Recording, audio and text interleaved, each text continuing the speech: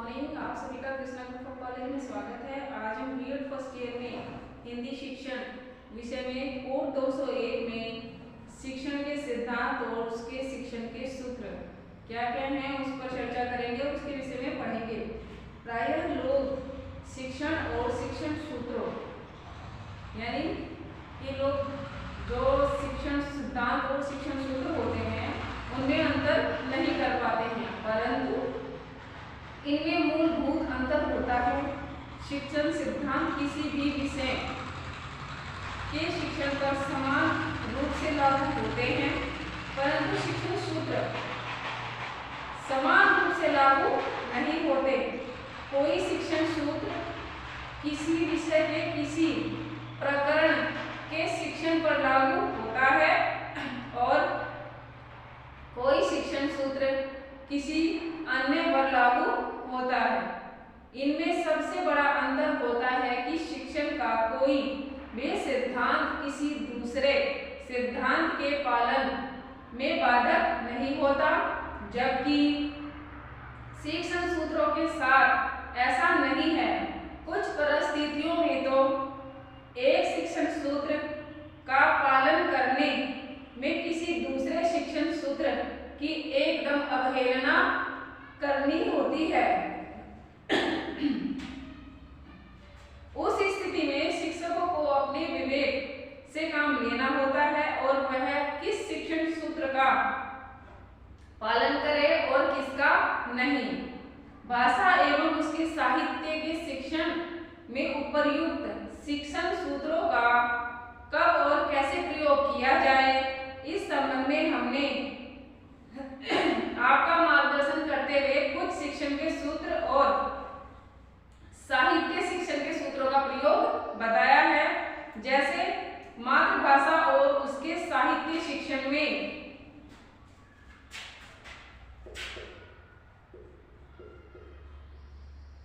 मातृभाषा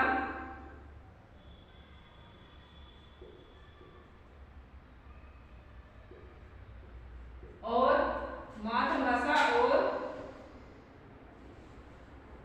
उसके साहित्य शिक्षण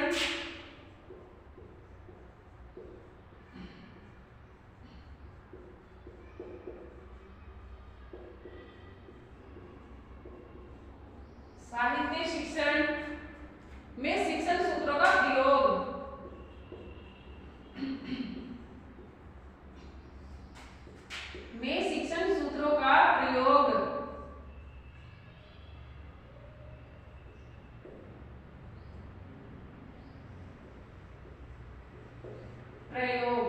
ठीक है। इसमें पॉइंट नंबर 1 दिया है, ज्ञात से अज्ञात की ओर चले।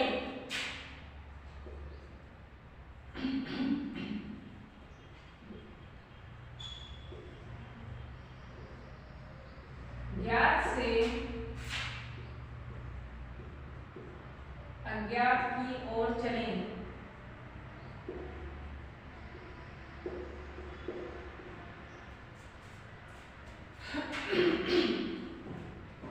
इसका अर्थ है कि बच्चों को पूर्व ज्ञान यानी बच्चों का जो पूर्व ज्ञान है उसके आधार पर नए ज्ञान का विकास करना चाहिए।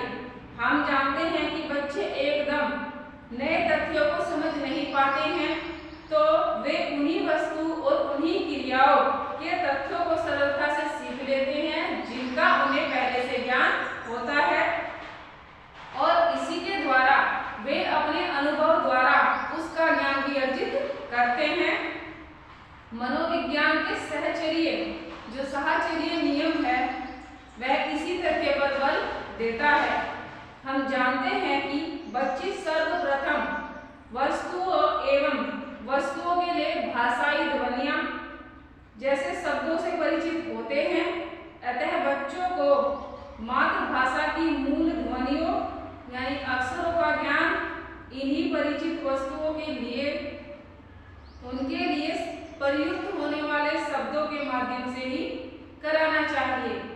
इसी प्रकार भाषा के अन्य तत्वों एवं साहित्य का ज्ञान भी उनके अनुभव एवं अर्जित ज्ञान के आधार पर कराना चाहिए।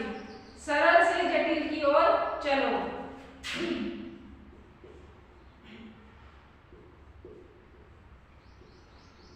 सरल से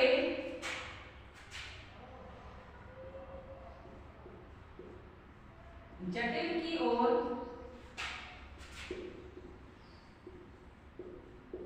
चलो। ठीक है, दूसरे पॉइंट्स में बताया गया है कि इसका अर्थ यह है कि बच्चों को पहले आसान और सरल तथ्य बताओ और उसके बाद कठिन और उससे भी अधिक कठिनतर जो प्रश्न होते हैं या तथ्य होते हैं उनका ज्ञान कराया जाना चाहिए। बच्चों का मानसिक विकास एक विशेष क्रम में होता है। वे अपने मानसिक विकास के अनुसार ही सीखते हैं, यानी अपनी आयु के और अपनी योग्यता के अनुसार वे किसी भी वस्तु का या तथ्य का ज्ञान सीखते हैं, करते हैं। उसके लिए अपनी आयु स्तर के पर्सन भी होने चाहिए। वस्तु का ज्ञान भी वह तभी कर सकते हैं जब उनकी आयु स्तर को ध्यान में रखा जाए। तब कहना होगा कि बच्चों के लिए क्या सरल है और क्या कठिन है। यह उनके मानसिक विकास एवं पूर्व अनुभव के ज्ञान पर आधारित होता है। मातृभाषा एवं उसके साहित्य शिक्षण के संदर्भ में इसका अर्थ है कि बच्चों को पहले सरल शब्दों एवं वाक्यों को सुनना, बोलना, पढ़ना और लिखना सिखाया जाया चाहिए। उसके बाद अपेक्षाकृत जो कठिन शब्द होते हैं, कठिन वाक्य होते हैं, उन्हें बताए जाने चाहिए या फिर उन्हें कहानियों के रूप में सुनाए जाने चाहिए। और उसके बाद जो चिंतन प्रधान कहानियां होती हैं उन्हें सुनाई जानी चाहिए, जिससे पहले से उन्हें सरल भाषा एवं सरल भाव वाले गद्य पद पढ़ाए जाएं। उसके बाद अपेक्षाकृत कठिन भाषा के 3-3 अक्षर वाले शब्द, वाक्य, और उसके बाद पहले बच्चों को 2-2 अक्षर वाले वाक्य या शब्द बताएं। उसके बाद में एक 4 या 5 शब्द वाला वाक्य बताएं। इस प्रकार से उनका जो सामान्य ज्ञान है वह धीरे धीरे क्रमानुसार आगे बढ़ाएं।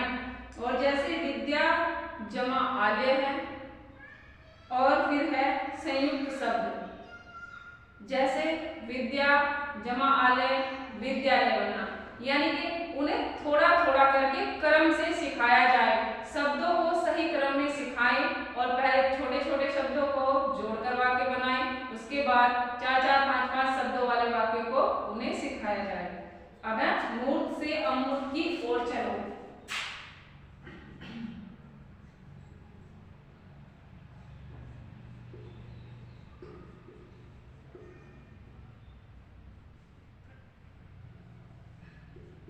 मूर्त से अमूर्त की ओर चलें। मूर्त से मूर्त की ओर चलें। ठीक है, इसका अर्थ है कि बच्चों को पहले मूर्त वस्तुएं एवं वास्तविक क्रियाओं को सिखाया जाए और पहले उन्हें इन वस्तुओं को दिखाओ, फिर उन्हें उसके बाद उनसे संबंधित जो तथ्य होते हैं उन्हें स्पष्ट करें। और उसके बाद भाषा मूर्त वस्तुओं एवं क्रियाओं की प्रतीति एवं अमूर्त भाव एवं विचारों की अभिव्यक्ति का साधन होती है, तो इसका विकास मूर्त एवं अमूर्त रूप में ही हुआ है। तब इसका शिक्षण भी इसी प्रकार इसी क्रम में कराना चाहिए। बच्चों को पहले वस्तुओं एवं क्रियाएं दिखाई जानी चाहिए, उसके बाद उनके लिए शब्द दिए एवं सिखाए जाने चाहिए। यानी कि पहले किसी वस्तु और उसकी क्रिया को करके दिखाओ, फिर उसके बाद उन्हें उसी रूप का कार्य दिया जाए और उन्हें करने के लिए कहा जाए। और आगे चलकर यह कार्य कल्पना के आधार पर भी कराया जाना चाहिए और बाद में भी इस कार्य को किया जाना चाहिए। जो भाषा के साहित्य के शिक्षण सूत्र हैं, पहले बच्चों को किसी भाव अथवा विचार की अनुभूति कराई जाए और उसके बाद उस भाव अथवा विचार को बच्चों के सामने स्पष्ट किया जाए। यानी जो कार्य है, वस्तु है, उसे पहले दिखाई जाए, उसके बाद उसके द्वारा किस प्रकार से उस कार्य को किया गया है उसके करके दिखाए। इससे बच्चों को स्पष्टता मिलेगी कि यह कार्य किस प्रकार हो रहा है और इस वस्तु का किस प्रकार से ज्ञान अर्जित किया जा सकता है। इसमें स्वयं करके सीखने की जो अक्षमता कौशल है उसका विकास होता है। पूर्ण से अंश की ओर चलो।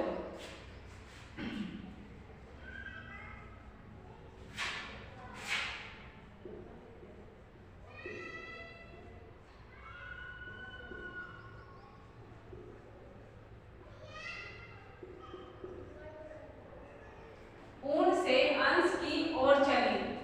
ठीक है। जर्मन गेस्टाल्टवादी मनोवैज्ञानिकों ने यह तथ्य उजागर किया कि किसी वस्तु अथवा क्रिया का प्रत्यक्षीकरण सर्वप्रथम उसके पूर्ण रूप में करते हैं, उसके बाद उसके अंगों पर ध्यान दिया जाता है। उदाहरणतः